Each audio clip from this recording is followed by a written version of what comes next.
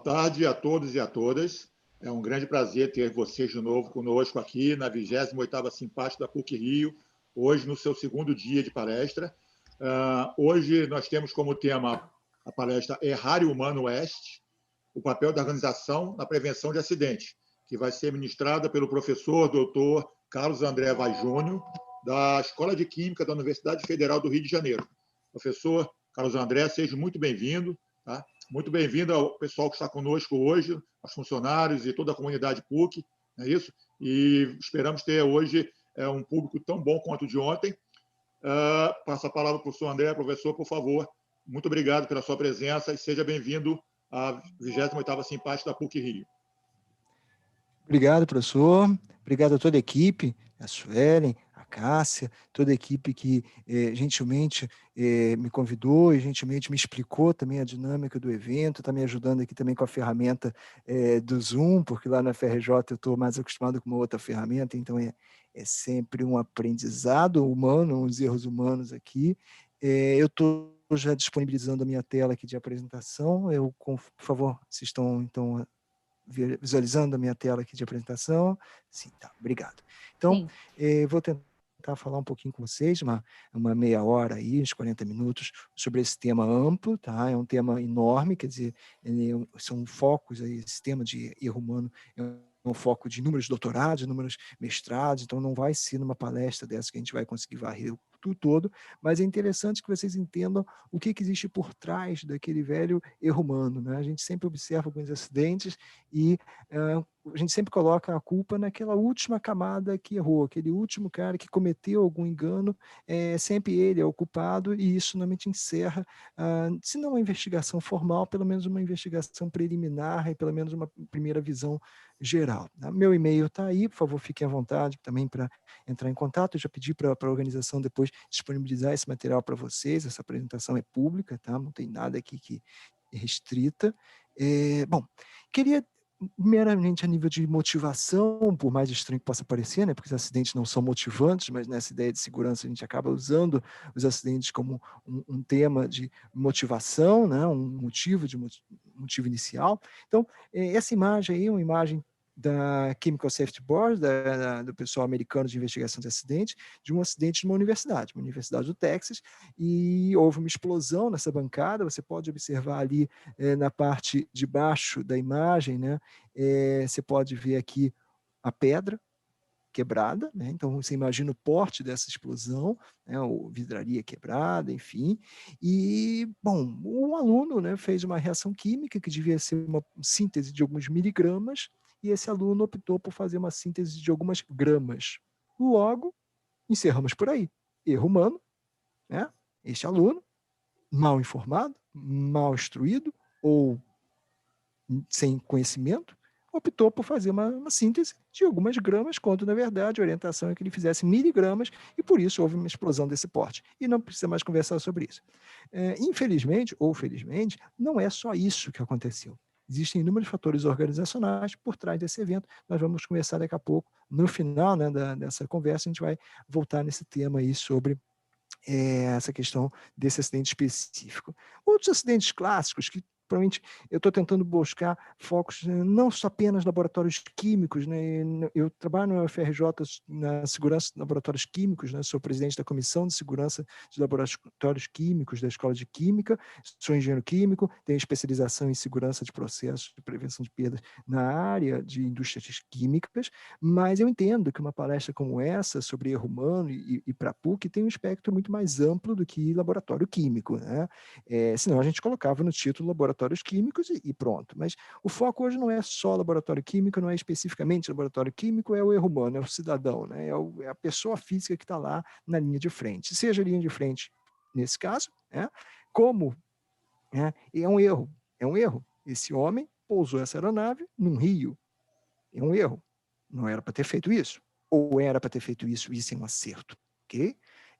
Aí aquela virtude, né, do herói ou do vilão, ok? Então esse é um acidente clássico também, vocês conseguem, obviamente, quem viu o filme, tem um filme, mas o relatório oficial também está disponível. Outros menos, também clássicos, por um lado, né, o da esquerda infelizmente clássico, é o da Air France, ligando o Rio a Paris, o 447, um problema de instrumentação, algum nível também de automação, e essa aí a gente perdeu essa aeronave. Erro humano ou não? Ou só erro humano ou não? O que eu quero que vocês entendam nesse momento não existe apenas o erro humano. Por mais que vocês tenham a tendência de ler, foi erro humano, acabou. Sempre existe algo por trás disso, e hoje o foco é esse. O que existe por trás disso? Por trás do erro humano. À direita, para quem lembra, né, Mamonas Assassinas, na década mais um pouco mais atrás, né, um pouco mais, não é tão recente assim, é um acidente importante para quem acompanhava o grupo, é um acidente clássico aí de erro humano, né, o piloto colidiu contra uma montanha ali nas proximidades do aeroporto de Guarulhos, e ok, basta isso, erro humano, acabou. Não, não é só isso. Vamos entender o que houve. Claro, não vamos entender hoje, não vou ficar contando as histórias aqui, senão a gente também ia ficar só contando história. Mas quem tem interesse em erros humanos deveria consultar o relatório desses acidentes para entender. Mais recentemente, ainda não na mídia, mas ainda no foco da área profissional, das pessoas que atuam nos estudos de segurança de aviação, a questão do 767 MAX. Nós perdemos 2 aeronaves MAX, né, num intervalo muito pequeno de tempo, aeronaves novas, seja da Lion Air, como esse caso que eu estou mostrando aí, da Ethiopian também, mas o da Lion Air é muito interessante. Se vocês lerem o relatório, vocês vão ver que a mesma aeronave fez um voo anterior, onde houve o mesmo problema, a mesma falha, e aquela tripulação conseguiu pousar normalmente a aeronave, conseguiu completar o voo sem menor problema, quer dizer, sem menor problema, enfrentando um problema, mas conseguiu levar em segurança para o destino planejado todos os seus passageiros de tripulação. O que fez, então, aquela tripulação anterior ter sucesso na pilotagem de uma aeronave com defeito, uma aeronave em falha, e essa tripulação do voo seguinte, que é a que ficou famoso, né, porque infelizmente houve o acidente da Lion Air, não conseguiu. Qual a diferença de uma para outra? Não foi o equipamento, não foi a falha, foi algo que uma conseguiu fazer e outra não. Você pode resumir isso para sorte ou azar? Pode, mas isso não vai ajudar em nada a gente prevenir novos eventos e resolver essa questão. Tá? À direita, aí um acidente já muito mais antigo, né, a aeronave da Varig que pousou no meio da floresta, também é um clássico da área de comportamento humano, erro humano. Saindo um pouquinho da área de aviação, a área de aviação é muito rica nessa questão de avaliação de eventos humanos, né, são relatórios públicos. Pulando um pouquinho para a área química, né, acidente da BP Texas City é um acidente de gestão. Se vocês virem o vídeo na CSB, não precisa ler o relatório são quase 1000 páginas, mas o vídeo da Texas City no site da CSB ou no YouTube, vocês vão ver um vídeo, acho que 40, 50 minutos, e ele explica as falhas de gestão do processo, e não as falhas técnicas. Não importa se a válvula, se o sensor, não é isso que eu estou discutindo. A gente tem que entender como a organização promoveu esse problema. Challenger, também muito mais antigo, mas também com inúmeros pontos aí para serem entendidos. Mas, assim, discutir aviação seria muito interessante para mim e talvez para meia dúzia do nosso público, mas não é o dia a dia de quase ninguém a nível de projetos de segurança. Discutir laboratório químico também seria interesse meu e talvez mais umas 10 pessoas, ok, mais do que aviação, mas também não é o dia a dia de talvez grande parte do nosso público. Acidente de indústria química, talvez o mesmo número, acidente aeroespacial bem menos, enfim. Então vamos trazer o nosso problema de erro humano para o nosso dia a dia. Todos nós, de uma forma ou de outra, trabalhamos no trânsito. De uma forma ou de outra, você tem um contato com o trânsito. Ok, reduzido em função da pandemia, mas sim, temos um contato em relação ao trânsito, seja como motorista, seja como passageiro, seja como pedestre. Não importa isso, você acaba tendo um contato. E o erro humano, né, na segurança do trânsito ele é muito frequente, são números impressionantes, né, eu estava dando uma olhada agora de manhã para ter um número, quer dizer, o número de brasileiros de 2016, que parece que é um dos números mais atuais que tem, falava na ordem de 37 mil mortes por ano no trânsito. E a gente vai simplificar isso dizendo, ok, essas foram vítimas de erros humanos, quase 100%. E não teria errado. Se você puxar essas imagens, você vai dizer, cara, provavelmente desses 4 acidentes aí, se 3 foram erros humanos, especialmente esse aqui, né, que acertou lá o trem, ou o trem acertou ele, que seria, né, uma forma também de dizer, seja como for, ok, classicamente um erro humano, provavelmente os outros também são erros humanos.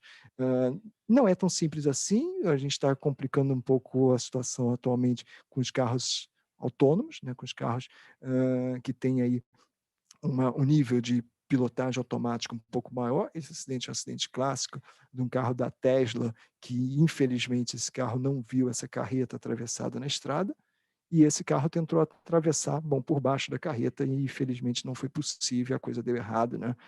Por isso tem a história de segurança, a gente infelizmente usa esses acidentes como aprendizado, né? Não há muito o que fazer. Enfim, então por que esse motorista que estava aqui, e obviamente não resistiu a esse acidente, por que ele não viu a carreta? Por que ele não viu a carreta? O carro não viu a carreta, tudo bem, aí você tem um problema de hardware, você tem um problema de software, você tem uma série de desculpas aí para o carro não ter visto a carreta. Mas por que esse humano que estava no volante, e esse carro ainda tinha volante, não viu a carreta? Ok? Vamos discutir daqui a pouquinho isso.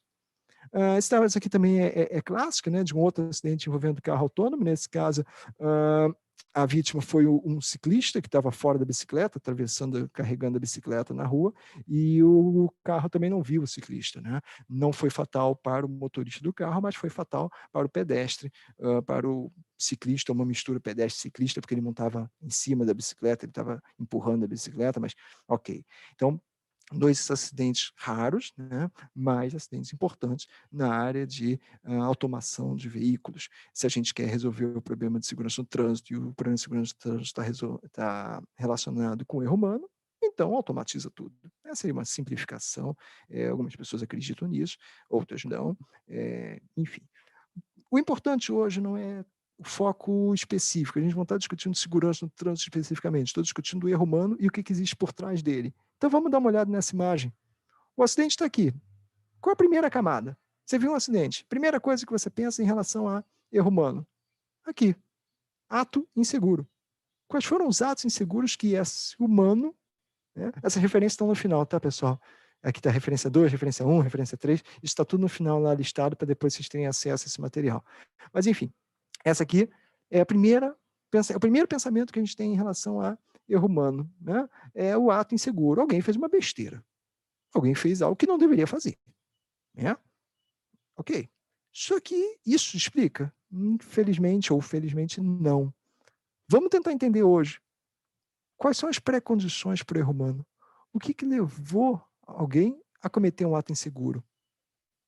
O ato inseguro não foi cometido para gerar um acidente. Isso é importante que vocês entendam. A gente não está discutindo hoje acidentes não acidentais, no sentido sabotagem, vandalismo. Isso não está incluído na palestra de hoje. Então, esse ato inseguro não foi com a intenção de causar um mal. Esse ato inseguro foi com uma boa intenção. Pode ter sido equivocada, mas foi com uma boa intenção. Pré-condição. Então, por que esse homem, essa mulher, enfim, cometeu esse ato inseguro? Por que a supervisão não funcionou? Ok? Por que o seu sistema não foi capaz de detectar essas anomalias? E por que a organização não detectou? Por que a organização não influenciou positivamente para que esse acidente não ocorresse? Essa imagem, para quem é da área de segurança, de trabalho, segurança de processo, talvez já conheça, né? Imagem do queijo suíço. Você tem aí nessa imagem aqui, por exemplo, 4 fatias que você convencionou chamar, né? Reason, né, lá para a década de 90, convencionou chamar de fatias do queijo suíço. Por quê? Por causa dos furinhos. Por causa dos furinhos, sim, exatamente. Furinhos, né, inúmeros furinhos em cada uma das fatias do queijo suíço. E quando é que eu tenho um acidente? Quando existe furinhos alinhados. Mas, infelizmente, eu só descubro que os furinhos existem muitas vezes, quando eu tenho um acidente. Eu posso descobrir antes se eu fizer uma auditoria, se eu fizer alguma verificação antes, mas se você ignorar, se você deixar o sistema correr solto até que você tenha algum problema, então você só vai descobrir que os furinhos existiam quando houver um acidente. Bom, então, essa imagem dos furinhos, essa imagem do queijo suíço, ela é uma imagem importante, interessante para que a gente comece a entender como enxergar acidentes. Então, quando vocês lerem sobre um acidente no laboratório, quando vocês lerem sobre um acidente de trânsito, quando vocês lerem sobre um acidente de aviação, quando vocês lerem sobre um acidente industrial, não importa o setor de vocês, pensem nisso. Pensem que muitas vezes o jornalista só está falando dessa primeira camada. Só dela. Só o que esse humano fez de errado? Ele fez isso que eu não devia fazer. Legal. Ok, é verdade. Mas o que levou ele a fazer errado? Quais foram os atos de supervisão que não funcionaram? E como é que a organização influenciou? Então, vamos dar uma olhada rapidinho, não vou também passar por detalhamento absoluto, já disse que eu vou deixar essa transparência com vocês, tá? Eh, então, vamos, por exemplo, falar um pouquinho rapidinho, o que são atos inseguros? Ato inseguro pode ser o erro ou pode ser a violação. Qual a diferença de um para o outro? Essa é fácil. Essa primeira definição é bem fácil, né? Nenhum dos dois visa o acidente, por favor. Tá? O acidente, sabotagem, vandalismo, esse acidente não acidental, né? Brincando dessa maneira, mas a sabotagem, o vandalismo, a coisa intencional, ela não está incluída na palestra de hoje. Hoje a gente vai falar de violação e erro. Violação é o quê? Violação é quando você descumpre uma regra, um procedimento, uma norma, intencionalmente. Você descumpre uma regra, ou procedimento, ou regra, procedimento, ou lei, norma, o que você quiser, mas você faz isso intencionalmente. Você faz com a intenção de violar a norma. E o erro não. O erro você pode até violar uma norma, sim, mas você não faz isso com a intenção de violar a norma. Bom, então existe uma diferença. Na violação, você descumpre a norma, sim, não com a intenção do acidente, mas você descumpre a norma. E o erro, você descumpre a norma, mas sem intenção, sem nenhuma intenção. Tá? E aí, lá no final, a gente pode até ver a questão da culpa, né? Você tem culpa ou não tem culpa, né?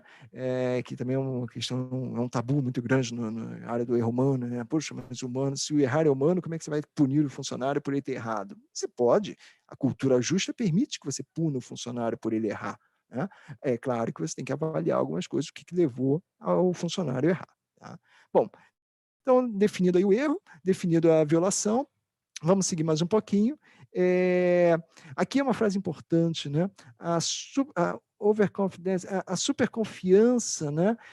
E a arrogância, a impulsividade, são sempre problemas para a gente. Então, vai começando a observar isso. Quer dizer, a gente acaba se tornando muito confiante em algumas tarefas, muito superior em alguns pensamentos sobre algumas tarefas. Eu já faço isso há 10 anos, eu já sou um aluno experiente, ou já sou um professor experiente, eu sempre fiz assim. E isso é um caminho rápido para o acidente. Né? Então, exemplo clássico aqui para uma área que qualquer um de nós pode entender, né? Erro por distração, eu avancei o sinal. Violação. Droga, são 6 da manhã, eu estou indo para a prova, eu avancei o sinal sim, não tem ninguém na rua. Entende o ponto? Isso resume bastante o que é o erro e o que é a violação. Nenhuma das duas eu estou com a intenção de fazer o mal, nenhuma das duas eu quero cometer um acidente, eu quero machucar ou matar alguém. Não. Mas são formas diferentes. Eu avancei o sinal por ops, eu estava conversando, baixei para olhar alguma coisa, olhar o celular, pode ser, e por isso eu avancei o sinal. O outro na violação, está muito cedo, não vai ter ninguém na rua, e eu tenho medo de ser assaltado, enfim, eu posso ter mil e uma desculpas, melhores ou piores, não importa, para violar uma regra, um procedimento, uma norma. Tá? A violação pode ser rotineira. Eu nunca uso cinto de segurança no Rio de Janeiro porque eu morro de medo de ser assaltado e não conseguir sair, eu morro de medo de cair num lago, uma lagoa que seja e não conseguir sair porque eu estou preso no carro, mas enfim, eu nunca faço isso. Então, é uma violação rotineira da regra e excepcional. Excepcional, tipo, pô, olha só, eu vim para o trabalho, hoje ia ter um happy hour, não sabia que ia ter um happy hour hoje, e ficava chato não ir rapidinho conversar com o pessoal lá no happy hour, e, pô, mas eu vim de carro, e não vou deixar o carro na empresa, né? Então, infelizmente, eu vou ter que aceitar a ideia de dirigir bêbado. Não estou dizendo que é certo ou errado, estou dizendo só que é uma violação excepcional. Eu nunca faço isso, mas hoje, excepcionalmente, eu precisei, entre aspas, aí se você aceita essa ideia ou não, é outro problema, mas eu, na minha cabeça, eu precisei fazer isso e isso é aceitável. E você pode julgar que sim ou julgar que não, mas enfim, aí já é outro papel, tá? É, ok, então, rotineiro excepcional. E aí vem essa questão, né? A prática leva à perfeição? Não. Só a prática perfeita leva à perfeição. Isso é muito importante. Por quê? Porque senão você está levando ao desvio. Uma prática imperfeita leva apenas a mais imperfeições. E isso é muito comum da gente observar, vou voltar para a transparência anterior, né? Aqui. Muito comum a gente observar, quer dizer, você sai da autoescola com uma série de regras, uma série de procedimentos, eu tenho que segurar o volante com as 2 mãos nessa posição, eu tenho que me concentrar aqui, eu ajusto o espelho, eu ajusto o banco, eu faço isso, eu faço aquilo, até aquela burocracia toda, né, para fingir que você sabe para passar, enfim. E aí na prática? Na prática eu consigo aqui dirigir com uma mão só, a outra teclar no WhatsApp, porque eu preciso responder para o chefe, dá para conversar ao mesmo tempo, dá para ouvir música, dá para trocar aqui de estação, dá para fazer um monte de coisa, e também, quando sobra tempo, eu consigo dirigir um pouquinho, né? Então, a prática imperfeita, ela leva só a uma coisa, a mais imperfeição. Então, não é aquela ideia que a gente costuma ouvir, não, a prática leva à perfeição. Eu dirijo há 30 anos. Pior, era melhor que você dirigisse há um mês. Os erros são diferentes, tá? Claro que eu estou brincando, porque os erros são diferentes. O erro de um cara que dirige há um mês é um tipo, o erro do cara que dirige há 30 anos é outro tipo, mas os dois erram, tá bom? Então é importante que a gente entenda isso, os dois erram, né? Não vou ler isso tudo, mas só vamos lá rapidinho para as classes de erros, por exemplo. Você vai ter o erro clássico, que é o skill-based. Skill basic é isso aí mesmo. Distração, esquecimento, estou prestando atenção no celular e não olhei o sinal, ou a falta de habilidade para fazer a tarefa, que seria uma tradução mais próxima do skill based mesmo, que é a falta de habilidade. Por exemplo, cara, furou o pneu, eu tenho step, eu tenho o macaco, eu tenho todo o ferramental para trocar o pneu, mas eu não tenho força. Então eu não consegui fazer aquela tarefa. Você pode até definir que foi um erro eu não ter conseguido trocar o pneu na rua, mas, enfim, até que ponto eu tenho culpa? Eu não tenho força para trocar o pneu, tá? Paciência, ok? Então, skill base, erros do tipo distração, erros do tipo esquecimento. E aí, o que você quer com isso tudo aqui? Eu não quero que vocês decorem isso, não quero que vocês. Ah, estou dirigindo, o celular tocou e aí eu vou procurar o meu celular. Quer ver um exemplo muito divertido disso? É divertido como é a gente, né? E já matou muita gente isso. Uxe, entrou uma abelha no carro. Esse é um exemplo clássico de skill based. O que é isso? O seu foco foi deslocado para aquela abelha. Você estava dirigindo, numa boa, aí você viu aquele bicho dentro do carro, porra, você picado de novo. Não, não, não, tem que matar esse animal, tem que tirar esse bicho daqui de dentro. E aí o seu foco sai da estrada, sai do trânsito e passa para a abelha, né? É natural? Pode até ser natural, mas é completamente equivocado. Você está gerenciando o risco de forma terrivelmente errada, né? Então, esse é um típico erro de skill based. Por que eu estou falando dessas classes, né? A gente vai falar um pouquinho, por exemplo, decision erro. Decision erro, eu escolhi o procedimento errado. Pô, acendeu uma luz no painel, eu escolhi fazer uma troca de óleo, completar o óleo, e não era luz de óleo, era luz de outra coisa. Então, eu fiz uma atividade, mas não era essa atividade. Choice, escolha ruim, decisão ruim. Eu resolvi ir para Petrópolis, mas estava chovendo, estava uma névoa imensa, eu não conseguia enxergar mais nada, mas eu quero ir. Foi uma decisão errada, por isso que eu cometi um acidente. Eu não devia ter ido naquele momento. Eu estou com sono, mas, poxa, mas só falta mais meia hora, uma hora até em casa, eu vou continuar dirigindo mesmo assim, tipo, são 3 da manhã, mas eu moro em Niterói, mas eu quero pegar a ponte, porque eu já não vou ficar no Rio até amanhã, eu vou dormir em casa, é claro. Então, estou aqui apagando, mas eu vou. Então, decisão ruim. Problem solving, eu não sei resolver. Problem solving é uma situação mais complexa, eu não sei resolver. Né? Eu estou lá dirigindo uma estrada, 80 por hora, peguei uma curva mais fechada, droga, tinha um óleo na pista, a pista estava suja e eu estou derrapando, e eu não sei reagir à derrapagem. Né? Eu não tenho treinamento de direção defensiva para reagir a um problema de perda de traseira, né, que é um desafio maior em termos de trânsito.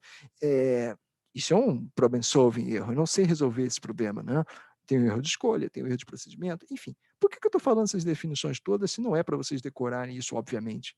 Porque é importante que quando vocês lerem sobre um acidente ou quando vocês souberem de um incidente relacionados a vocês, no seu laboratório, no seu dia a dia, não importa, sabe o que é incidente, né? Aquele quase acidente, ufa, essa foi quase. Pensa direitinho, quais foram dessas janelas de classificação daqui, cadê? Por exemplo, aqui. Foi um erro ou foi uma violação? Primeiro você pensa isso. Se foi uma violação, foi rotineiro ou foi excepcional? Se foi um erro, foi um skill-based? Foi um decision erro? Foi um percepto? Foi um erro de percepção? Qual foi o tipo de erro que eu cometi? Porque quando você começar a fazer isso, observando os seus eventos de incidentes, claro, você tem mais incidentes que acidentes, ainda bem, começa a observar isso, começa a classificá-los. Por quê? Se você começar a classificar, você vai ver aonde essas caixinhas acendem com mais frequência. E aí você pode investir nisso. Você pode investir em resolver os seus problemas, observando as janelinhas que acendem, e, bom, é aqui que eu quero gastar minha energia. É aqui que a minha empresa vai gastar energia para prevenir acidentes no meu ambiente de trabalho. Tá bom? Percepto erro é um erro de percepção, ele tem muito a ver na aviação, é muito mais comum do que no nosso dia a dia. Erro de ilusão de ótica, desorientação espacial, erro dos sentidos. Exemplo que eu pensei aqui para a rodovia, muito clássico para a gente. Você dirige horas numa rodovia, 80, 90, 100 por hora, dentro do limite, por favor, né? Permitido 100 por hora, ok, estou a 100 por hora. Você sai rapidinho para entrar numa vila pequenininha. né, para entrar numa pequena cidadezinha anexa ali à rodovia. Você saiu. O que acontece? Você está agora dirigido dentro de uma área urbana, numa velocidade muito acima do razoável. Mas para você está muito devagar. Você baixou de 90 para 60. Para você está praticamente parado. Mas 60 por hora é numa velocidade muito alta para aquela cidadezinha pequena de beira de estrada. Mas você não consegue perceber isso. Os seus sentidos já se acostumaram a 90 km por hora. Para você, 60 km por hora é quase parado. Tá? Então, toma cuidado com essa questão de percepção. Nossos sentidos não são perfeitos, eles têm falhas, eles nos enganam com facilidade. Tá? E, bom, e o que você está falando de fatores motivadores, né, pré-condições para o ato inseguro? Você pode pensar em condição do operador, né, condição do operador, excesso de confiança, a gente já falou isso, excesso de confiança, estresse, saudade de casa, fadiga mental, sono, tudo isso são condições que levam ao erro, levam à violação. Você tem muito mais chance de cometer um acidente depois de uma noite que você não conseguiu dormir, ou quando você está com a cabeça na reunião. Né? Você está com a cabeça na reunião. Ou o dia hoje foi muito tenso, eu estou refletindo ainda sobre o que aconteceu hoje, eu não consigo me concentrar na minha atividade, seja minha atividade de pesquisa no laboratório, seja minha atividade de cozinha em casa, seja minha atividade de direção, não importa, eu não consigo me concentrar. Por quê? Eu estou com um estado mental adverso.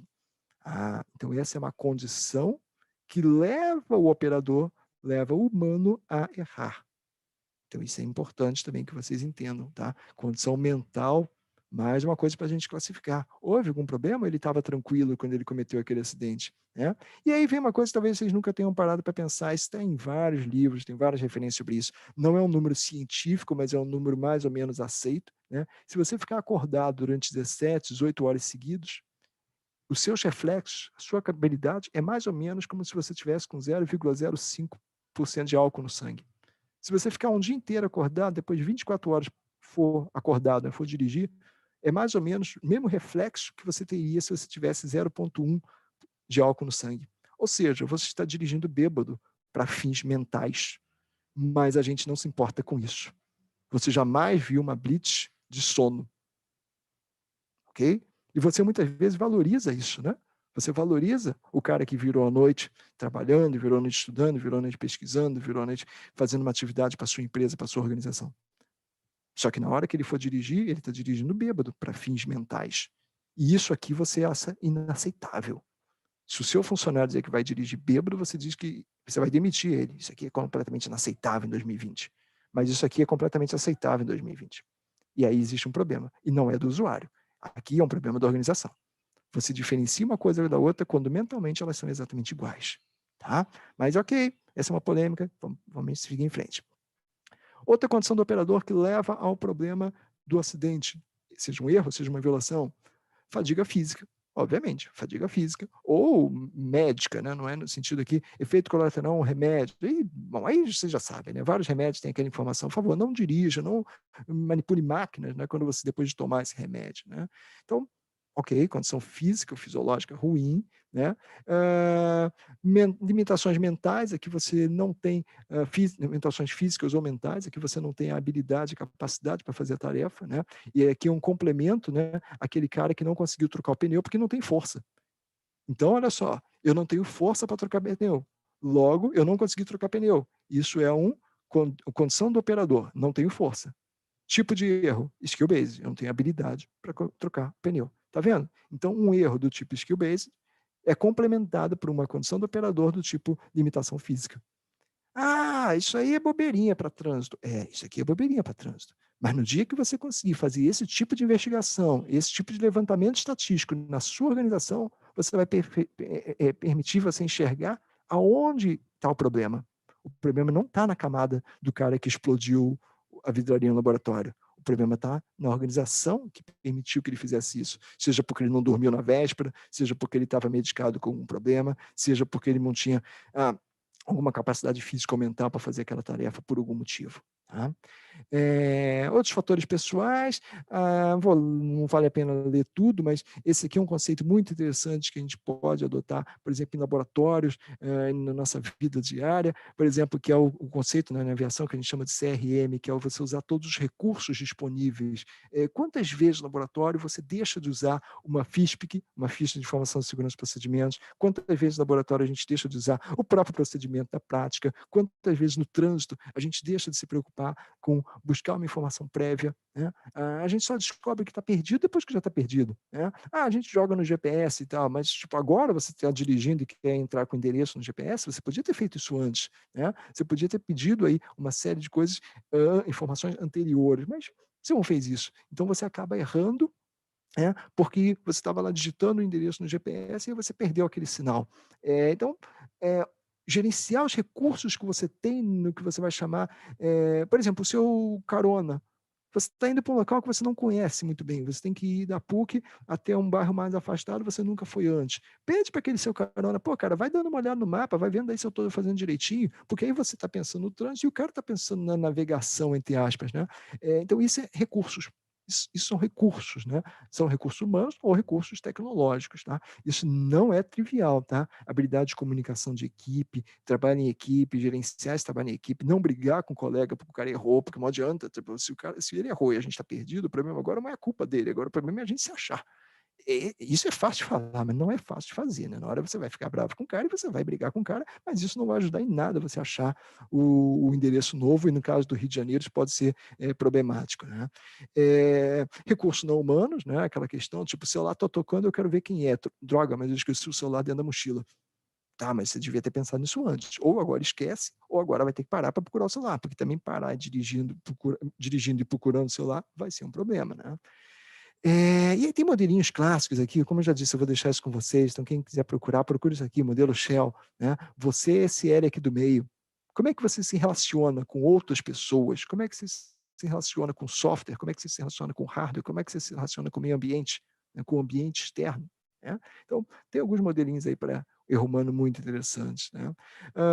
Aqui também em relação de descanso, sono, muito semelhante ao outro que a gente já falou. Ambiental é óbvio para vocês, a gente não precisa gastar tempo com isso aqui, né? Ambiente ruim, do tipo, está chovendo para caramba, tem uma situação de neblina, tecnológico também, que é muito clássico, né? A gente olha aquele rádio do carro, cara, mas jura que alguém projetou isso? Porque você não consegue nem achar uma emissora naquele negócio. Você gasta maior tempo para conseguir digitar alguma coisa naquele radinho, com aquelas teclas minúsculas quando você está dirigindo lá. Essa interface é completamente horrível, não consigo enxergar o sol aqui, bate um sol em cima, não consigo ver nada desse cristal líquido. Então, isso é um problema tecnológico. E, às vezes, isso influencia no seu acidente, né? E aí gera um ponto muito interessante, que é a complacência. O que é a complacência? Eu confio 100% no meu sistema automático, por exemplo. Eu confio 100% no GPS. Aí o GPS me leva para uma área não adequada, não segura, e a culpa é de quem? Do GPS. Não, a culpa não é do GPS. Embora a gente veja dessa forma na mídia, né? O turista tal entrou numa área complicada e foi lá, tipo, deu confusão lá com o turista. Então a culpa é de quem? Do GPS que indicou ele para entrar naquele local, o aplicativo mandou ele entrar naquele local. Não, a culpa não é do aplicativo, a culpa não é do GPS. Ele pode realmente ser um fator contribuinte, mas a culpa é sua, porque o motorista é responsável.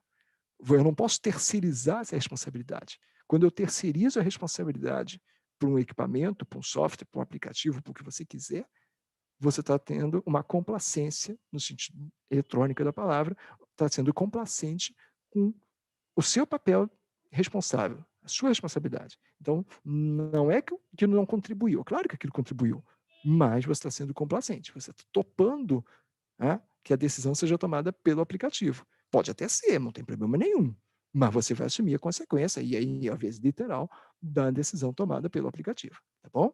Então, da mesma forma que você pode usar também no seu trabalho, né? Mas todo mundo faz assim, por isso eu fiz. E daí? O acidente aconteceu com você, você é culpado, não importa se todo mundo fez ou não. Tá? Você precisa responder um pouquinho, até porque às vezes você sofre com o acidente. Então, não seja complacente em relação a essas coisas. Questione, reclama, muda, faz o que você acha que deve ser feito, ou discute aquilo, né? Melhor ainda, né? Discute aquilo. Por que deve ser assim? Por que não deve ser de outra maneira? Né? E, bom, eu não vou aqui, senão a gente vai falar sobre acidente aéreo, enfim, mas quem quiser dá uma lida nesse relatório aqui, é público também, todo acidente aéreo investigado é público, então dá uma olhada nisso, você vai ver aqui uma questão de complacência muito interessante, tá? Agora, o importante, né? Complacência muitas vezes está relacionada às mesmas coisas que fazem evitar um acidente, ou seja, experiência, conhecimento, treinamento. Quanto mais experiente, treinado eu sou, mais complacente eu me torno, tá? Isso é terrível, isso é terrivelmente ruim, eh, isso é terrivelmente ruim, né, porque eu acabo me tornando, complacente com isso. Eu só queria saber uma coisa, pessoal, alguém tem como me falar no áudio aqui que horas são, só para eu saber se eu já estou muito atrasado? Cássia? 15h40, professor. 15h40, tá bom, então eu já estou aqui na linha final, beleza. Vamos lá. Porque eu aqui com a disponibilização eu não consigo enxergar o relógio, estava procurando aí uma forma. Obrigado. Olha essa imagem. Olha essa imagem que interessante. Um banco de um pé só. O que é isso aqui? 1800 de alguma coisa. Um banco de um pé só. O que eu quero fazer? Manter esse homem acordado para que esse homem fique de olho nesse reloginho que marca a pressão nesse vaso. Por quê? Bom, porque em 1900, 1800 de alguma coisa não tinha sistema de alarme muito desenvolvidos. Então o alarme era humano mesmo. Esse humano tem que olhar a pressão no vaso para o vaso não explodir. Esse humano vai dormir em 5 minutos fazendo essa tarefa. Como é que eu posso evitar que esse humano durma? Compro para ele um banquinho de um pé só. Na hora que esse humano dormir, esse banquinho cai, o humano cai, ele acorda. Então, você vai rir, você vai dizer, é besteira. Ok, é besteira. Mas era uma forma que eles tinham lá em 1800 de trabalhar o sono, né? O erro humano por distração. Né? Então, vamos lá. Rapidinho. Unsafe supervision, supervisão ruim. O que é supervisão ruim? Supervisão inadequada. Quem devia supervisionar não te supervisionou. Você sempre avança sinal e nunca tem problema? Exatamente. Então, o problema também é falta de supervisão. Você não planejou as atividades direito. Você tem uma prova amanhã, precisou virar à noite estudando e agora tem que dirigir. Você não planejou as atividades direito. Falha na correção de problemas. Eu sei que aquele cara sempre vai a happy hour, sempre enche a cara e sempre sai dirigindo. Eu, como organização, vou fazer alguma coisa? Não, é problema dele, ele é super divertido, super gente fina. Falha na correção de problema. Eu conheço o problema, eu sei que o problema existe, mas eu topo aquele problema. Talvez para não me estressar, talvez para não ter um atrito dentro da empresa. Problema de supervisor faz alguma violação. Você sabe aquele cara que devia estar te multando? Ele é o primeiro a avançar sinal, ele é o primeiro a dirigir sem cinto de segurança, ele é o primeiro a estacionar em cima da calçada. Pois é. Aí você tem esse tipo de fator influenciador de performance, por isso que você faz a mesma coisa, porque você viu o seu supervisor fazendo igual. Né? E, por fim, influência organizacional. Né? Como é que a sua organização separa os recursos que ela dispõe? Toda organização tem custos, tem segurança e tem prazo no radar. Não adianta, cara. Eu posso ser um profissional da área de segurança, eu sou um profissional da área de segurança, eu não acho que isso aqui é prioridade. Isso aqui não é prioridade. Isso aqui é tão prioritário quanto custo, quanto prazo. Não adianta nada você ter segurança máxima na sua organização e ter custo alto. Você está fora do mercado. Não adianta nada você ter custo baixo na sua organização e segurança ruim na sua organização. Você está literalmente fora do mercado porque a segurança vai literalmente matar você, matar os seus funcionários e você não está aqui para isso. E não adianta nada você ter uma ótima segurança, um custo baixo e um prazo muito ruim. Eu só entrego aquilo daqui a 2, 3 anos, enquanto meu concorrente entrega daqui a uma semana. Esquece. Então, não existe aqui uma coisa mais importante que a outra. Okay? Vocês precisam jogar com segurança, com custo e com prazo. Se esquecer um dos vértices, dá errado. Tá? Não é porque você é da área de segurança, você não é da área de segurança, que isso se torna mais importante ou menos importante. Os três são importantes, porque a sua organização precisa dos três para operar. Tá? Clima organizacional, né? Como é que eu gerencio esse clima organizacional? Né? Eu tenho algumas regras de segurança na minha organização? Não, não tenho. Eu faço o que eu quero, eu faço de forma segura porque eu acho importante, ou eu faço de forma insegura porque eu não ligo para isso. Dependente, eu tenho regras sim, mas eu só cumpro as regras quando alguém me cobre. Né? Quando alguém me, no sentido de, alguém está aqui acompanhando, alguém está aqui me acompanhando, alguém está aqui me olhando, alguém está aqui me acompanhando. Então eu vou cumprir. Eu não gosto de cumprir. Eu odeio usar cinto de segurança. Eu odeio fazer isso. Mas eu sei que eu vou ser punido, então eu vou fazê-lo, né? Eu sou uma cultura dependente. Não, não. Eu faço independente de alguém estar me olhando ou não. Eu jamais vou dirigir sem cinto. Eu posso estar em Búzios em pleno inverno, chovendo pra caramba. Eu sei que não vai ter ninguém na rua para me punir, mas eu estou usando cinto de segurança. Isso é uma cultura independente. Agora, se o colega do lado vai sair para dirigir completamente bêbado, boa sorte, meu filho. Só me avisa antes que você vai, que eu não vou para o mesmo lugar, não. Mas eu não vou me meter com a sua vida. Esse é um problema teu. Aí é uma cultura independente. Eu faço certo, mas eu não te cobro.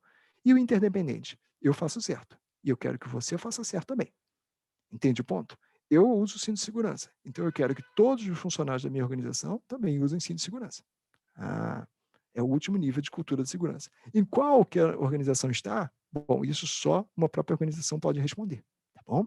Normalmente a gente está aqui. Normalmente, tá? Normalmente a gente está aqui. Para a massa, tá? Ah, eu sou um ponto fora da curva. Ótimo. Mas normalmente a gente está na cultura dependente. Quando a gente tem regra, quando não tem, é pior ainda. Clima organizacional, ok. E, ok, processo organizacional, né? Como é que o trabalho prescrito, trabalho realizado, como é que funciona isso? Enfim, o que a gente precisa avaliar rapidinho, né? O que a gente vai fazer com essa informação toda? A gente vai pegar essa informação toda e classificar os incidentes e acidentes que eu tive frequentemente na minha organização. Sabe aquela hora, né, do ufa, foi por pouco, cara.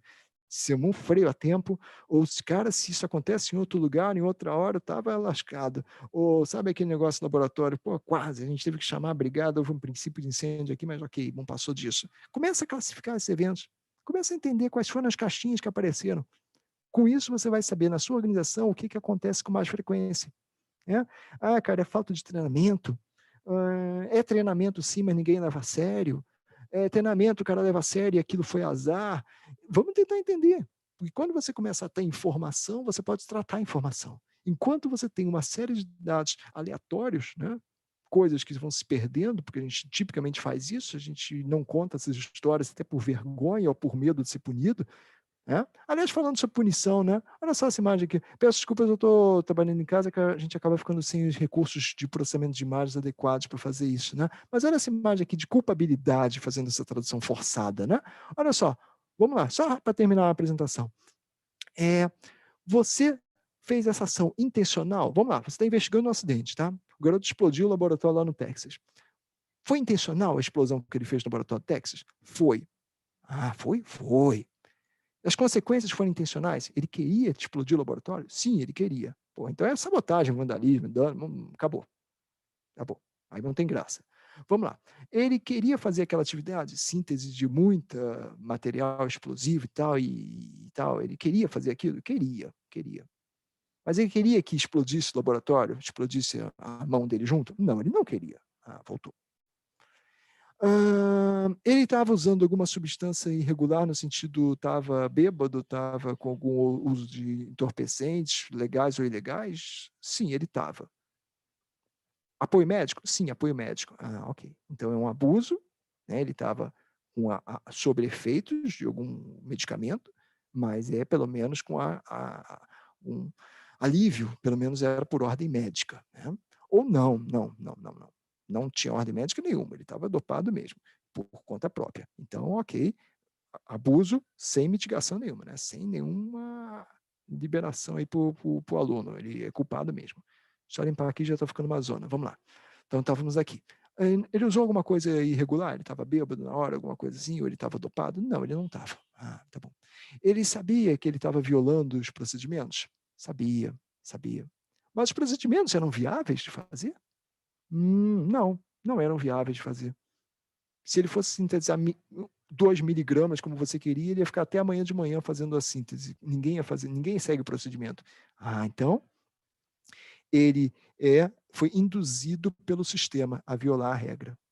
Isso aqui já é importante. A regra que você criou de segurança, ela é impraticável para o cara que está na bancada. Ela é bonitinha para você no ar-condicionado, mas ela é impraticável no laboratório. Então, ok.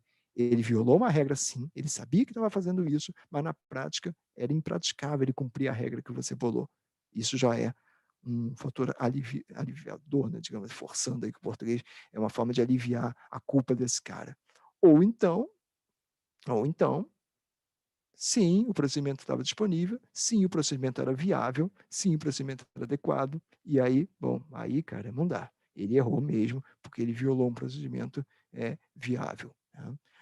Não, não havia um procedimento. Passa no teste de substituição, esse teste de substituição é muito interessante também. Vem cá, outra pessoa teria feito o mesmo que aquele aluno? Ah, sim. Ou não? Não, ninguém mais teria feito, só ele que era malandro também para fazer isso. Ah, então legal. Então, o deficiente de treinamento, ele não foi treinado, não foi capacitado adequadamente? Não, ele foi treinado e capacitado sim. Então, negligência, erro por negligência é culpa dele. Não, ele não foi treinado. Eu tenho deficiência de treinamento na minha organização. Então, o sistema induziu ele a errar. Entende o ponto? Tá? O sistema induziu ele. Por que ele não cumpriu o procedimento? Porque ele não foi treinado para aquilo.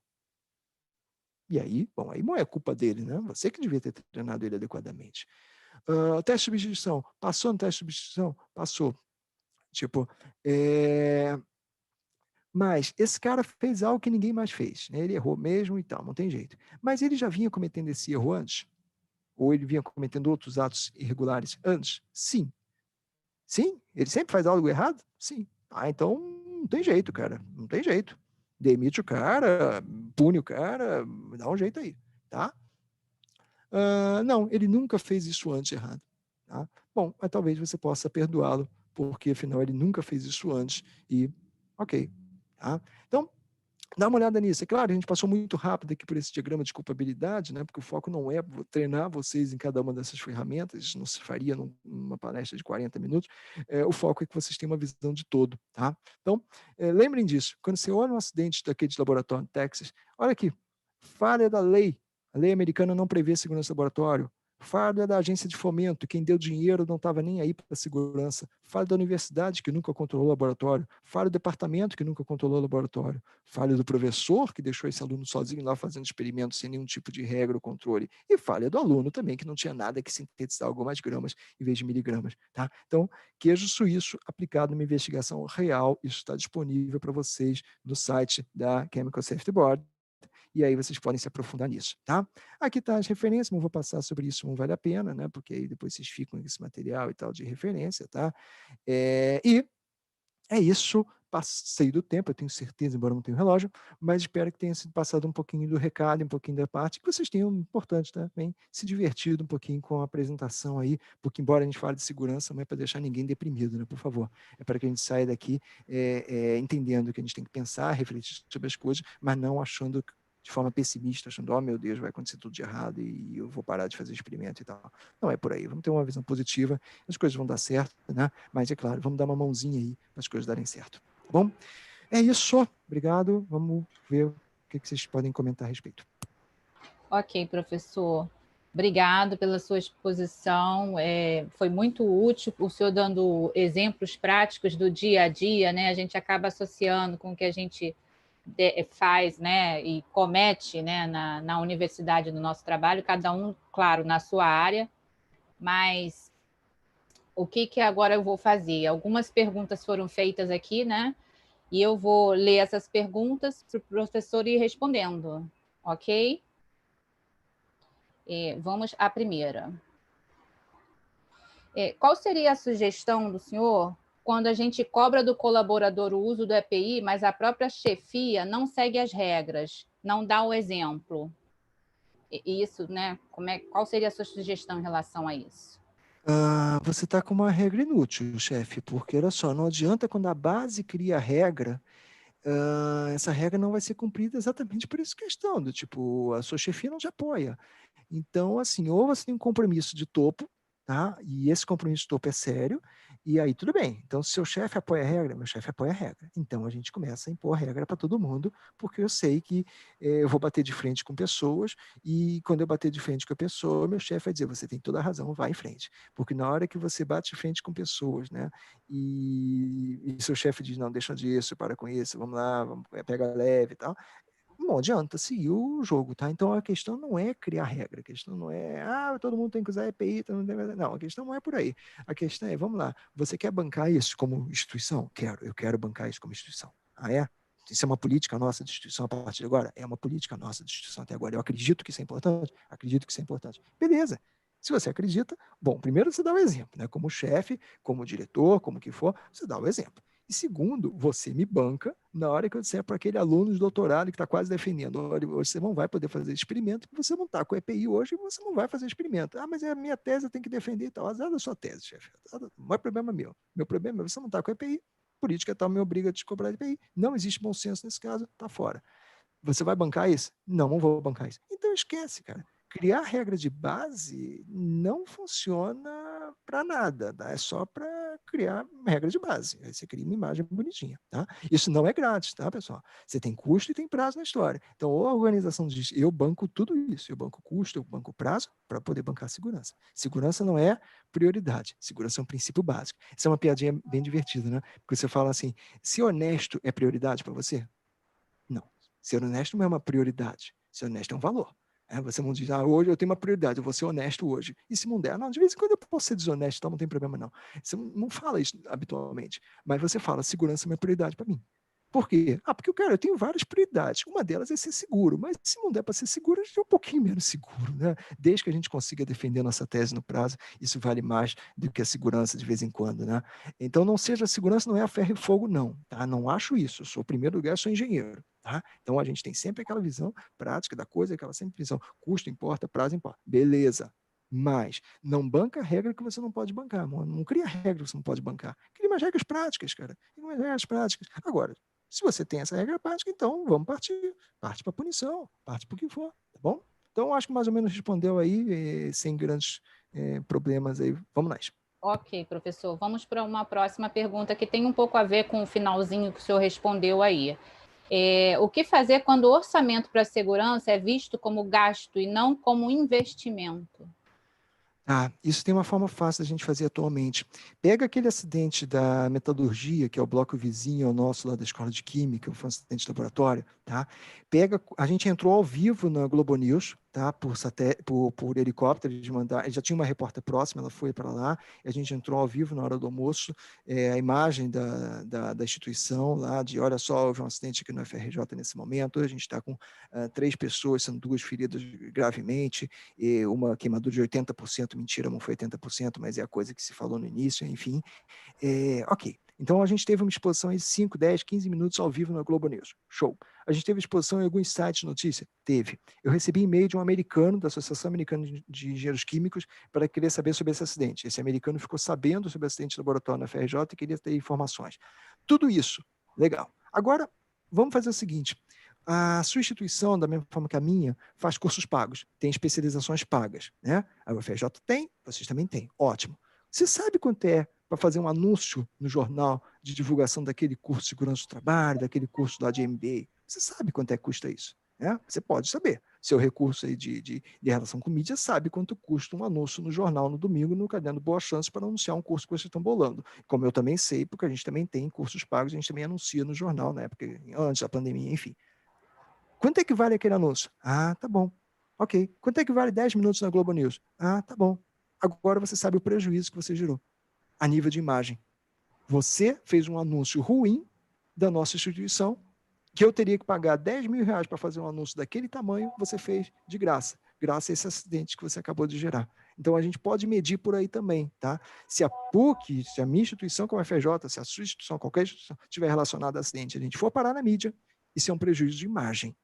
E esse prejuízo de imagem pode ser monetarizado, já que o objetivo é esse, porque se só na base do princípio não está funcionando, vamos monetarizar. Legal, vamos monetarizar. Se isso aqui acontecer na PUC, cara, a gente é Gávea. A gente é muito mais próximo das emissoras de televisão, é muito mais próximo de um centro crítico do Rio de Janeiro do que o FRJ. O FRJ está lá no meio do nada e o cara pode dizer, legal, o problema deles é aqueles malucos estão lá. A PUC não. A gente vai aparecer ao vivo rapidamente.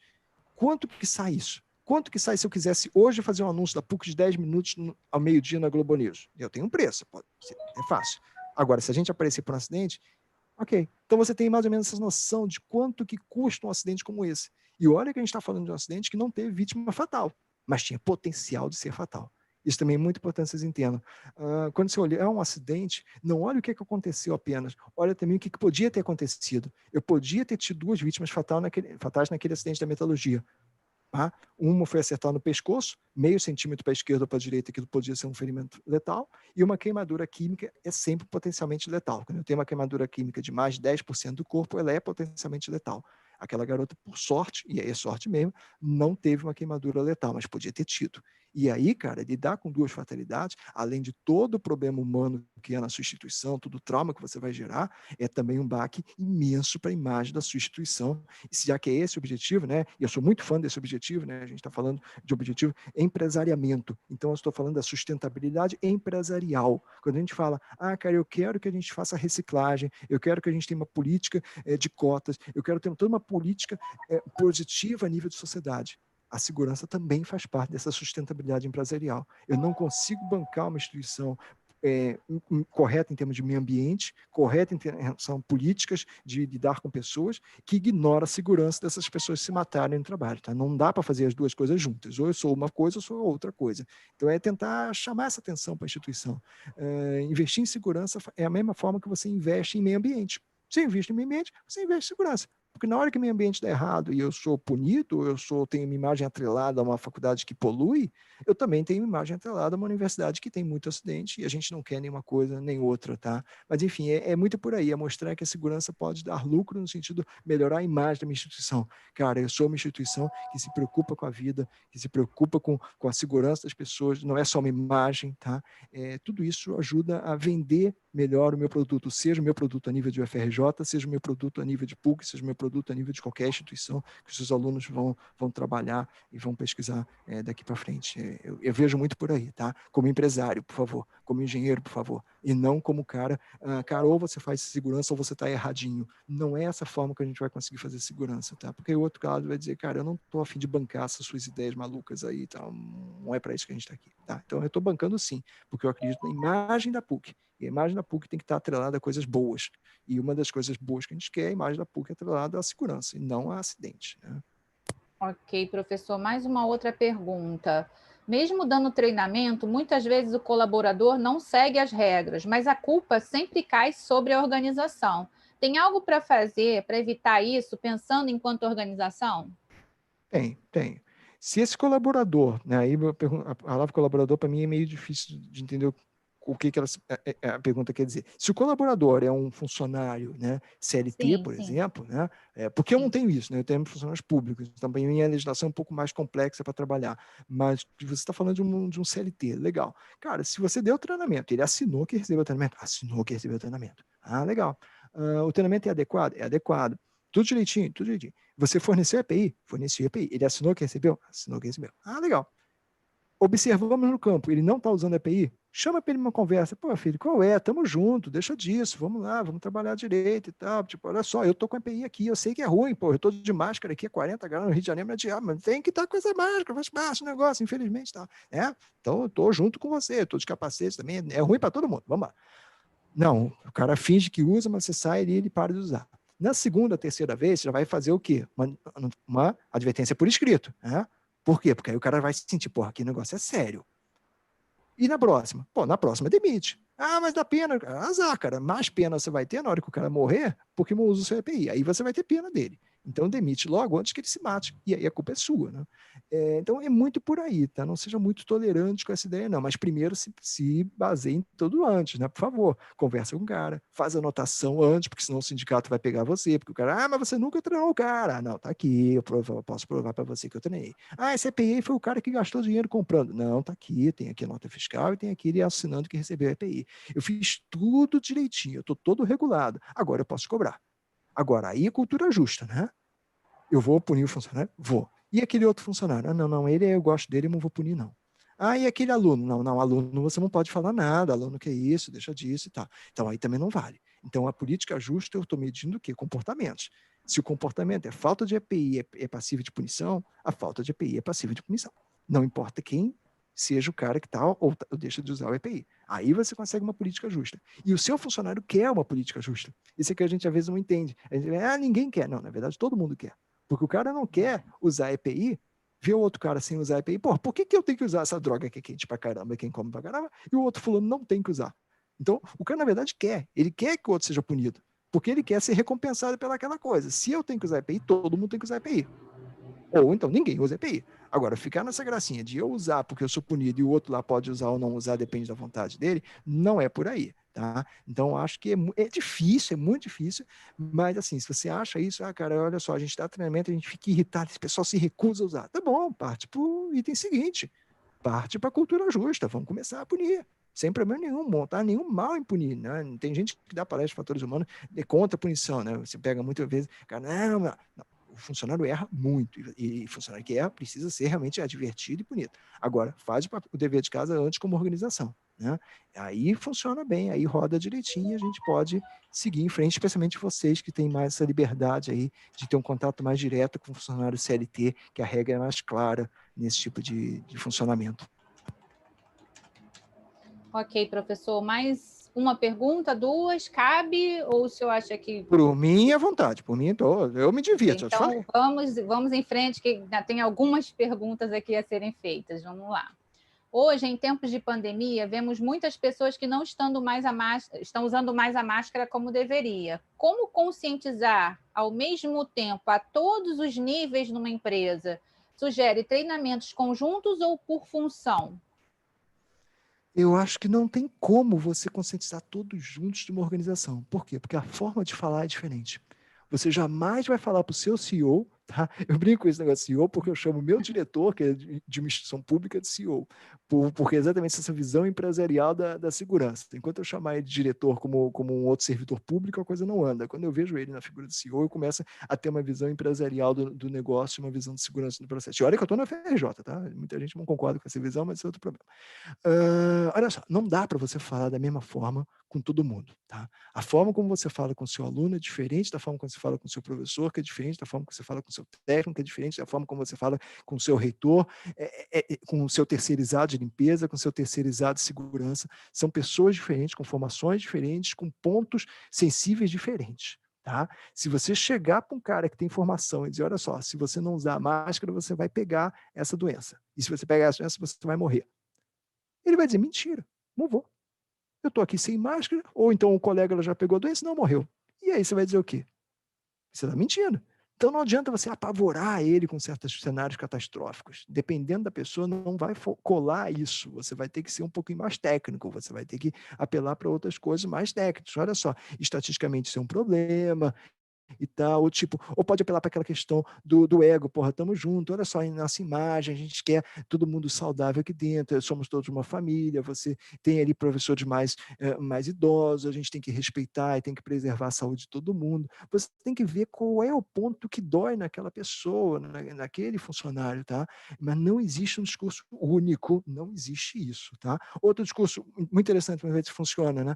A máscara com o logotipo do laboratório, da instituição que ele gosta, que ele literalmente vista a camisa. Se você tiver um funcionário que gosta muito da sua instituição, que respeita muito a sua instituição, que tem orgulho de ser PUC, uma máscara com o logotipo da PUC pode ser muito interessante. Eu estou usando com prazer, eu gosto de vestir essa coisa.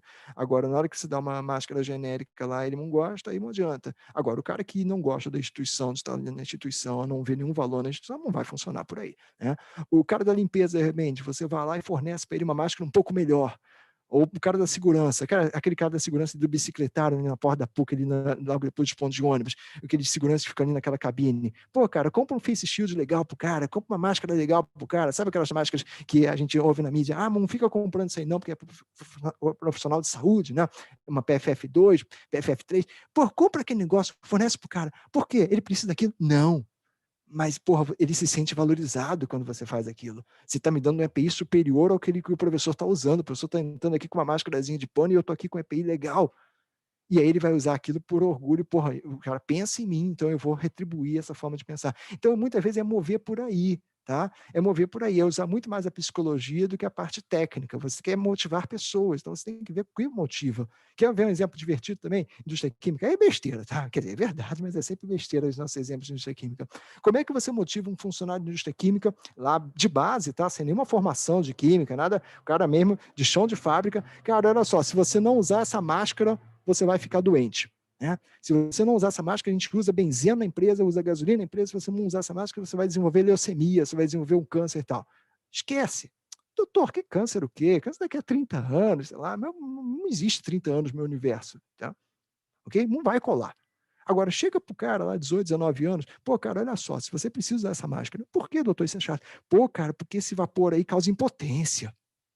É rapidinho, o cara mete a máscara e nunca mais tira. Tá? Então tem que saber onde você está pegando, o que, que é importante para ouvir para o seu funcionário. Ah, leucemia. Não, leucemia é uma besteira. Que leucemia o quê, cara? Eu não vou chegar aos 70 mesmo, eu estou trabalhando, não vai rolar leucemia nenhuma. Tá? Não, mas sai dessa, doutor, sai dessa, eu vou usar a máscara assim, isso aí não, isso aí me assusta, não quero nem brinco com esse negócio não, aí eu vou usar. Então vê exatamente o que pega no seu funcionário, tá? E aí não existe esse discurso único. Se você for começar a ter discurso único, como é que você vai fazer um debate de alto nível para o cara que não tem informação naquilo? E não tem informação não é por culpa dele, porque realmente a vida não lhe proporcionou um curso superior, uma especialização naquela área. Então não adianta, você tem que realmente trata a pessoa por pessoa e vamos lá, tá? Agora, o problema, a gente já está há muito tempo usando máscara, tá? Então, infelizmente, PUC, UFRJ, a sociedade, isso vai naturalmente cansando, e aí a coisa começa a enrolar, né? Infelizmente, não é culpa nossa, claro que não, mas, tipo, é chato. Eu uso, eu me cobro de usar, eu uso até óculos de segurança aqui de laboratório, mesmo se for para um local com mais gente, por exemplo, supermercado, sei que vai estar cheio, eu jogo, mas assim, por favor, vamos tentar ter um bom sensozinho e vamos jogando, tá bom? Tá, professor, última pergunta e depois nós vamos passar para uma outra fase. Em tempos de pandemia da Covid, recebemos muitas informações sobre o uso de água sanitária diluída em porcentagem diferente. Qual seria a forma correta e segura para prevenirmos o vírus? Assim, qual o percentual, né, no caso? Porcentagem, desculpa. Assim, eu não sou químico e eu não tenho formação nessa área, então eu não vou ficar chutando essas coisas, tá? Porque aí começa a ser achismo de CPF. Eu vejo televisão, eu vejo noticiário da mesma forma que quem fez a pergunta, então eu não vou fazer deduções acima de combate de vírus. Aí acho que vocês têm muito mais know-how de chamar pessoas que podem responder essa pergunta com precisão. Eu acabo me mantendo só na área que eu posso falar com mais tranquilidade. Então, peço desculpas, mas realmente não é minha área de água sanitária. Não sou, em primeiro lugar, não sou químico, não sou engenheiro químico, então essa formação de química realmente também faz falta. Em segundo lugar, eu nunca trabalhei com vírus, então também não quero ficar aqui deduzindo coisas sobre combate, porque não é minha área, tá? Ok, professor. Olha, tem muitas pessoas elogiando suas considerações, a sua palestra, tá? E eu agora vou fazer uma exceção, eu vou abrir para uma professora, né, da gente, a Thaís, que ela gostaria de fazer umas observações. Thaís.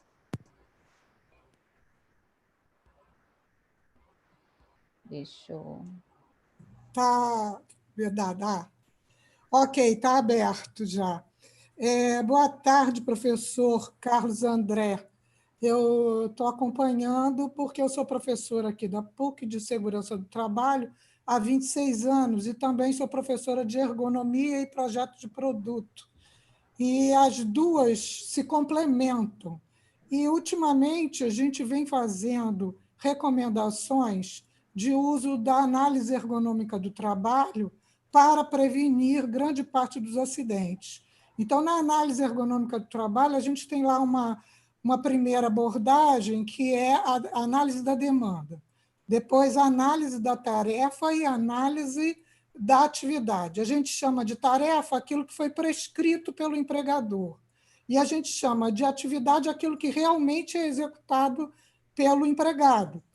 E nem sempre as duas coisas batem. Muitas vezes o que foi prescrito não é seguido, e às vezes não é seguido não é porque o empregado não queira seguir, mas porque as prescrições foram feitas, às vezes, antes da atividade ter sido executada. Foi apenas uma fase de planejamento que não chegou a ter experimentação.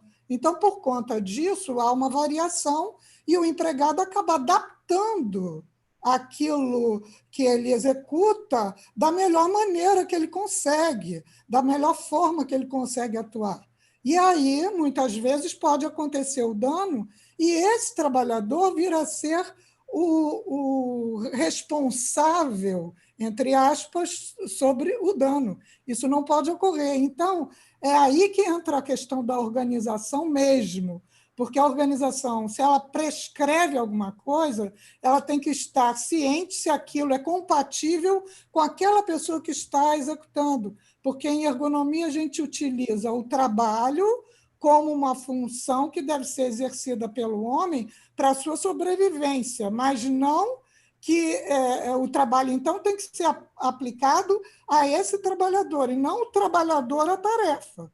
O que acontece muito é que se coloca o trabalhador que não tem, às vezes, a compleição física, não tem o treinamento adequado, ou não tem a formação adequada para fazer uma tarefa para a qual ele não tem aptidão ou não tem os recursos. Às vezes não é oferecido os recursos. Foi o caso na pandemia de muitos médicos e enfermeiros que não receberam o equipamento adequado para atuar dentro das salas.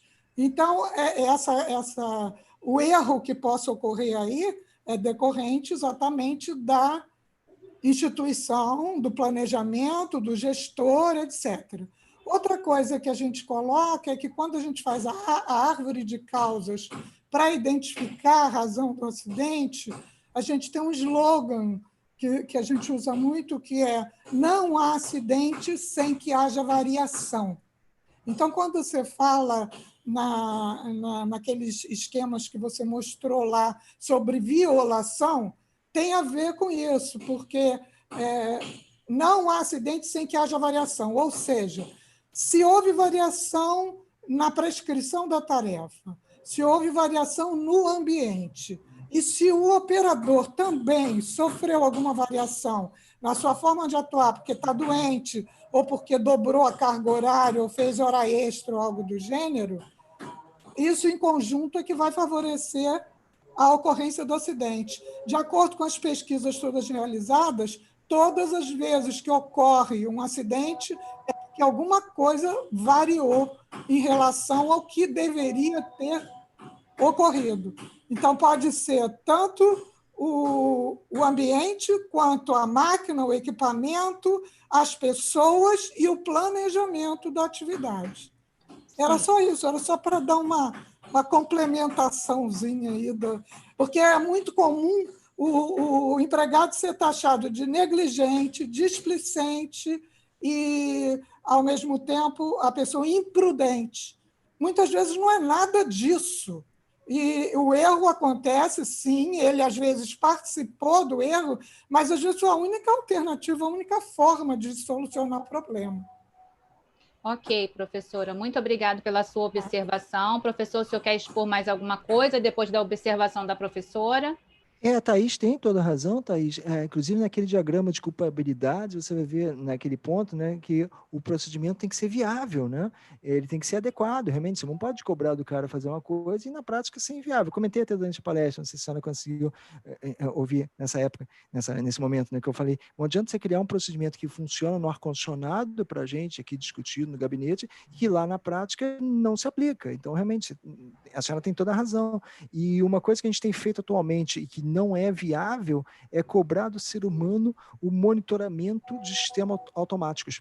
Você está automatizando processos industriais, você está automatizando uma série de sistemas e você quer que o humano supervisione essa automação. E a gente sabe, né, seja na área de ergonomia, que não é viável. O ser humano não foi projetado, de certa maneira, falando dessa forma, para vigiar sistemas. Então, se você colocar um ser humano para vigiar um sistema automatizado que funcione sempre, sem problema nenhum, ele funciona 8 horas por dia e está lá funcionando. Amanhã funcionou, depois já funcionou. Quando houver aquela exceção às 3 da tarde na sexta-feira, esse humano não vai estar prestando atenção. E não é culpa dele. Ele não é os humanos não foram planejados, né, para vigiar sistemas dessa maneira. A nossa atenção é muito dinâmica, né? A nossa atenção é alguma coisa que está se mexendo, que está acontecendo. Senão, realmente, você não consegue. Tá? Então, isso realmente é bem importante que a gente considere. E aí vem todo o lado de automação industrial, de automação de automóveis, porque aí, na hora que a automação dá errado, mas não tinha humano para olhar, por que esse humano é pago para ficar lá olhando o computador? Por que ele não percebeu o problema? Ué, porque esse humano é humano, ele não é capaz de ficar prestando atenção em algo que não acontece nunca, que vai acontecer uma vez na vida e outra nunca mais, né? E aí quando você diz, o cara da Air France 447 errou, tipo, cara, mas você está no meio do Oceano Atlântico numa viagem enorme e você acha que aquilo acontece toda vez? Não, aquilo nunca acontece. Então, na hora que acontece, aquele humano está pronto para reagir? É justo você cobrar isso dele? Né? Então, acho que é nesse ponto sim, Thaís. Tem toda a razão. Tipo, a gente tem que ver a tarefa prescrita, precisa ser adequada, precisa ser... e aí você precisa fazer a tarefa prescrita junto com a base, né? É aquela ideia. Se você fizer as coisas só no ar-condicionado e aceita aí, tipo, não vai funcionar, né? Não vai funcionar mesmo e tal. Então, aquele diagrama de culpabilidade eu acho bem interessante, porque dá essa visão. A gente não pode dizer que o funcionário nunca é errado, mas também a gente não pode dizer que o funcionário é sempre errado. A gente precisa achar um meio termo aí para fazer exatamente a cultura justa da organização, senão a coisa acaba também, não sei, eu acho que a coisa acaba não funcionando muito bem, tende ao erro, né? Ok, professor, muito obrigada. Agora eu vou comunicar a todos que se alguém tiver mais alguma pergunta, alguma coisa, pode enviar para o e-mail, né, cassia@puc-rio.br, que depois eu encaminho ao professor. Eu gostaria de agradecer particularmente o professor, porque não foi intencional, mas acabou, professor, que nós fizemos um encontro da UFRJ com a PUC, né? A UFRJ esse ano completou 100 anos, eu parabenizo a UFRJ através da sua pessoa, lhe parabenizo pela palestra, né? E aí a gente, sem intenção, acabou fazendo um encontro de duas universidades que vêm contribuindo aí no mínimo 80, 100 anos para o desenvolvimento científico, tecnológico e educacional do Brasil e do mundo. Então, muito obrigada pela sua presença. Eu agora vou passar a palavra para o professor Roosevelt. Obrigado, Suelen. Obrigado. Olha, professor, na qualidade do presidente da CIPA, da gestão atual, eu também quero lhe agradecer por sua presença, viu? Muito esclarecedora, muito obrigado. Também parabenizo, né, a sua instituição pelos 100 anos que está fazendo, comemorando. E só lembrando que amanhã a nossa evento acontece às 18 horas, tá? Então, 18 horas amanhã nós temos a palestra Como Lidar com a Dependência Digital, que vai ser proferida por dois professores da casa. O professor Gustavo Robiche, que é professor do Departamento de Informática, e o professor Rafael Zaremba, que é professor do Departamento de Psicologia. Então, eu agradeço mais uma vez a presença de todos, a palestra do professor, e aguardo vocês amanhã, lembrando, mais uma vez, que amanhã, 18 horas, tá bom? Muito obrigado a todos e até amanhã.